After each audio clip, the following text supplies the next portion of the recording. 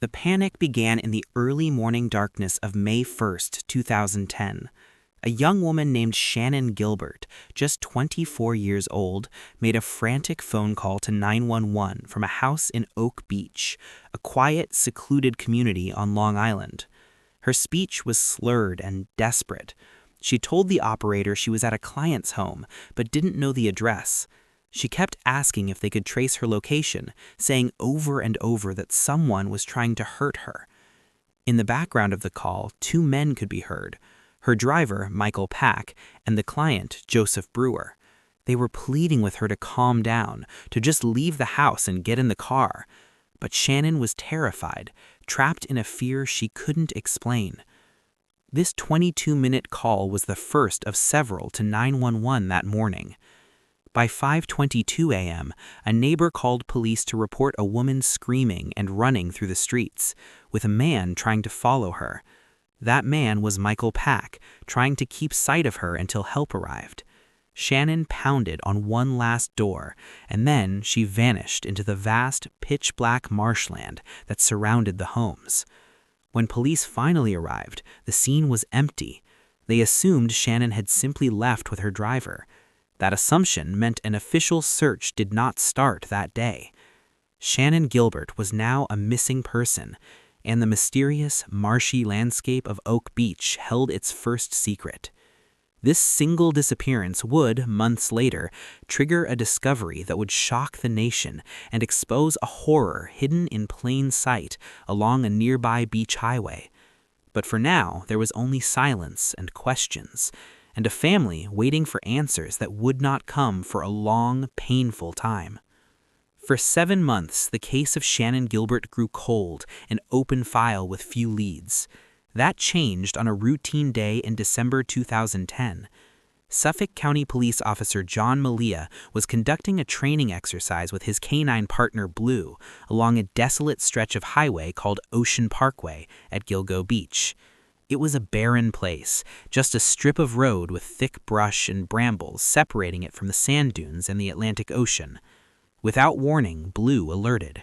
He led his handler off the pavement and into the undergrowth. There, just feet from where cars sped by, were the remains of a young woman. She was later identified as Melissa Barthelemy, a 24-year-old from the Bronx who had been missing since July 2009. This grim discovery prompted an immediate and expanded search of the area. 2 days later, on December 13th, the search team's worst fears were confirmed. They found 3 more bodies, all placed within a quarter mile of each other along the same remote highway shoulder. The victims were Maureen Brainard Barnes, last seen in Manhattan in 2007, Megan Waterman, who vanished from a Long Island hotel in 2010, and Amber Lynn Costello, who disappeared from her home in West Babylon just months earlier. The connections were instantly clear to investigators. All 4 women were petite, all were in their 20s, and all had been working as escorts, advertising their services online. Each had vanished after setting up a meeting with a client who used a prepaid disposable burner phone.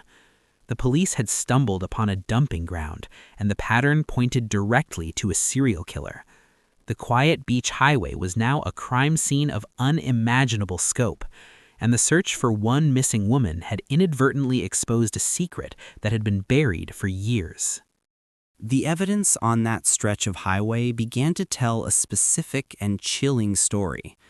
Each of the 4 women, who became known as the Gilgo Four, had been left in a similar way. They were found in the dense brush, roughly 20 to 30 feet from the edge of the pavement. Each victim had been restrained. Investigators found belts and rolls of duct tape at the scenes. 3 of them, Melissa Barthelemy, Maureen Brainard Barnes, and Megan Waterman, were discovered wrapped in burlap, a rough sack-like material. The cruelty of the killer became even more apparent in the details. After Melissa Barthelemy was killed, someone used her cell phone. For weeks, her teenage sister received taunting, hateful calls from that phone. A man's voice admitted to killing Melissa and described awful things. Similarly, Maureen Brainard Barnes's phone was used to check her voicemail days after she vanished. This told police the killer was not just disposing of bodies, he was keeping personal items, engaging with the lives he had ended. The remains were found in different states of decomposition, showing they had been dumped over a period of years, not all at once. This was a hunting ground he returned to, a place he felt was safe and secluded. The portrait was of a patient, calculating individual who followed a method. As police worked the scene, they knew they were looking for someone who believed he was clever, who thought he would never be caught. The burlap, the belts, the phone calls, they were all parts of his signature, and now they were clues left behind in the sand and brush of Gilgo Beach. While the investigation into the 4 bodies unfolded, the original search for Shannan Gilbert continued. On December 13, 2011, exactly 1 year to the day after the Gilgo 4 were discovered, searchers made a heartbreaking find. In the same vast Oak Beach marsh where she had vanished 19 months earlier, they recovered Shannan Gilbert's skeletal remains.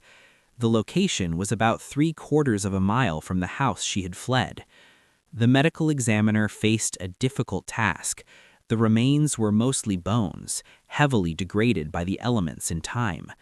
The official autopsy could not determine a definite cause or manner of death. Without clear evidence of trauma to the skeleton, the Suffolk County Medical Examiner's Office ruled her death an accident. The theory was that Shannan, in a state of extreme panic and possibly disoriented, had run into the marsh, became trapped in the treacherous, waterlogged thicket of reeds and ditches, and ultimately drowned. However, her family fiercely disputed this finding. They hired a private forensic pathologist, Dr. Michael Baden, to conduct a second review.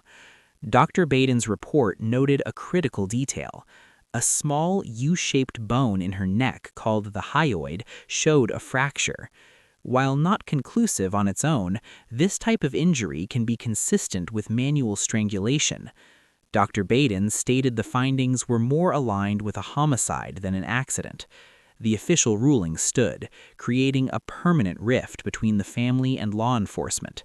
This left Shannan's case in a haunting limbo, officially unrelated to the serial killer investigation just a few miles away, yet forever connected by geography and the terrible coincidence of its discovery. The investigation into the Gilgo Beach murders hit wall after wall for over a decade. The burner phones were untraceable. The burlap was a common material. Despite the clear pattern, a suspect's name remained elusive. A major break finally came from a witness account, one that had been in the files since 2010. On the night Amber Costello disappeared, a man came to her shared house in West Babylon. Amber's roommates, who often staged scams to rob clients, confronted him. He left, but not before they got a good look. They described him as a giant, between 6'4" and 6'6" tall, with a heavy build, dark bushy hair, and wearing large, old-fashioned glasses. He was driving a distinctive black Chevrolet Avalanche pickup truck. Later that same night, this man texted Amber's phone, seemingly unfazed by the earlier confrontation. He returned, and Amber left with him. This detailed description became the investigation's most tangible lead. In early 2022, a newly formed Gilgo Beach task force, combining local, state, and federal agencies, began re-examining every piece of evidence with modern technology. They focused on the vehicle. Running checks on Chevrolet Avalanches registered on Long Island around 2010, they found a match. The truck had been registered to a man named Rex A. Hierman, an architect who lived and worked in the area. Not only did he own the right type of truck, but his home address was in Massapequa Park, a suburb that had repeatedly appeared in the cell tower data for the burner phones used to contact the victims. For the first time in 12 years, investigators had a specific person to look at. He was the right height, the right build, and lived in the right place. The pieces were beginning to align, moving the case from a collection of cold facts toward a living, breathing suspect. The quiet, methodical architect was now in the crosshairs of one of the largest murder investigations in New York history. For over a year, investigators conducted a secret, intense surveillance operation on Rex Hierman. They followed him, collected his trash, and obtained warrants for his personal records. What they uncovered was a staggering amount of circumstantial and forensic evidence that seemed to connect him directly to the crimes. His internet search history was perhaps the most damning non-physical evidence. In the years following the murders, and even up to weeks before his arrest, Hierman had performed hundreds of online searches about the case. He looked for news updates, documentaries like the Netflix film Lost Girls, and forums discussing the Long Island serial killer. More disturbingly, he repeatedly searched for the victims by name and even for their family members. This showed an obsessive, ongoing interest in his own crimes. His cell phone records provided another critical link. Police compared the locations of his personal cell phone with the cell tower pings from the burner phones used to contact Melissa Barthelemy, Megan Waterman, and Amber Costello. On the key dates when those victims were lured to their deaths, Hierman's phone and the burner phones were in the same areas at the same times, traveling from Massapequa Park to Manhattan and back. His credit card records also placed him in Manhattan on the specific lunchtime hours when the taunting calls were made to Melissa Barthelemy's sister from her phone. This evidence, while powerful, was still circumstantial. To build an undeniable case, the task force needed something more concrete, something biological that could physically place him with the victims. They would find it in a most ordinary place, in a pizza box. The final, physical pieces of evidence came from careful forensic work and a focus on DNA.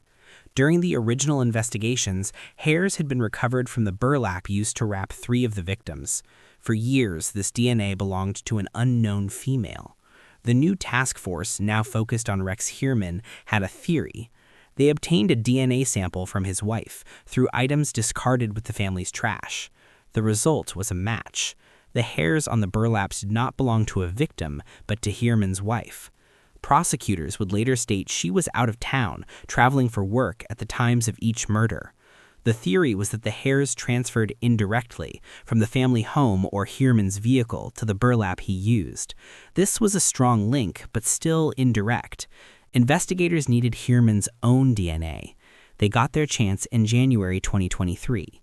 An undercover officer watched as Hierman, after eating lunch at a Manhattan pizza shop, threw away the cardboard box.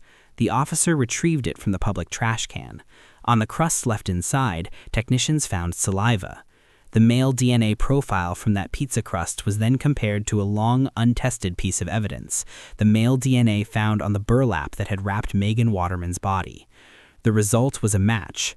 After more than a decade, the unknown male DNA from the crime scene now had a name, Rex Hierman. This forensic link, combined with the mountain of digital and circumstantial evidence, gave prosecutors the confidence to move forward. The puzzle, painstakingly assembled over 13 years, was finally complete, and arrest was imminent. On July 13, 2023, the long silence surrounding the Gilgo Beach case was shattered. As Rex Hierman left his Manhattan architecture office, law enforcement officers moved in. He was placed under arrest without incident. The following morning, the world saw a massive police presence at his dilapidated, red-shingled home in Massapequa Park. Investigators spent days searching the property, a house neighbors described as creepy and out of place. Hierman was arraigned in court, charged with 3 counts of first-degree murder in the deaths of Melissa Barthelemy, Megan Waterman, and Amberlynn Costello. Prosecutors named him the prime suspect in the murder of Maureen Brainard Barnes, indicating those charges were expected to follow. He pleaded not guilty and was ordered held without bail. The arrest sent shockwaves through the community and brought a measure of grim relief to the victims' families who had waited over a decade for this moment. However, the arrest did not close the book on all the mysteries along Ocean Parkway. Rex Hierman has not been charged in the deaths of Shannan Gilbert or the other 6 sets of remains found in the area, including a toddler and an Asian man. The investigation into those deaths remains active and open. For many, the arrest answered the central, haunting question of who killed the Gilgo Four, but it also opened new questions about the full scope of the horrors on that beach highway. The arrest of Rex Hierman was an ending the families of the Gilgo Four had fought for over a decade to see. For the public, it solved a central, terrifying mystery, the identity of the person believed to have killed at least 4 young women and left them along a remote beach road. The shadow that had hung over Long Island for 13 years now had a tangible form, sitting in a jail cell awaiting trial. But a road with so many secrets does not lead to a single conclusion. The story of Gilgo Beach is a collection of stories, and only one bundle has been tied shut. The legal process for Rex Heerman is a long path ahead, measured in years, not months. His trial will be a grueling retelling of the horrors, a forensic and digital reconstruction of his alleged actions, challenged at every step by his defense. A jury will have to decide his fate. And then there are the other roads branching off from that same stretch of asphalt. Shannon Gilbert's story remains in a painful limbo. Her family's battle to have her death reinvestigated as a homicide continues, a testament to their unwavering belief that her frantic run into the night was not an accident. The other souls found nearby, Jessica Taylor, Valerie Mack, the toddler, and the Asian man, await their own justice. Their stories are separate files in police cabinets, separate puzzles being worked by dedicated investigators. Gilgo Beach was not the creation of a single monster. It was revealed to be a place where multiple monsters may have hidden their sins. The marsh grass and the sandy shoulders hold more than one truth. So we wrap up this chapter knowing that an ending has been reached, but the ending has not. Justice for some is a beginning for others. The search for Shanann's full truth continues. The quest to name the killers of the other victims goes on. The Gilgo Beach murders story closes its most prominent thread, but the book on that lonely parkway remains open, with several pages still waiting to be filled. I thank you all for your time and support to the channel. Drop a like if you enjoyed this episode, and as always, I will be seeing you on our next episode.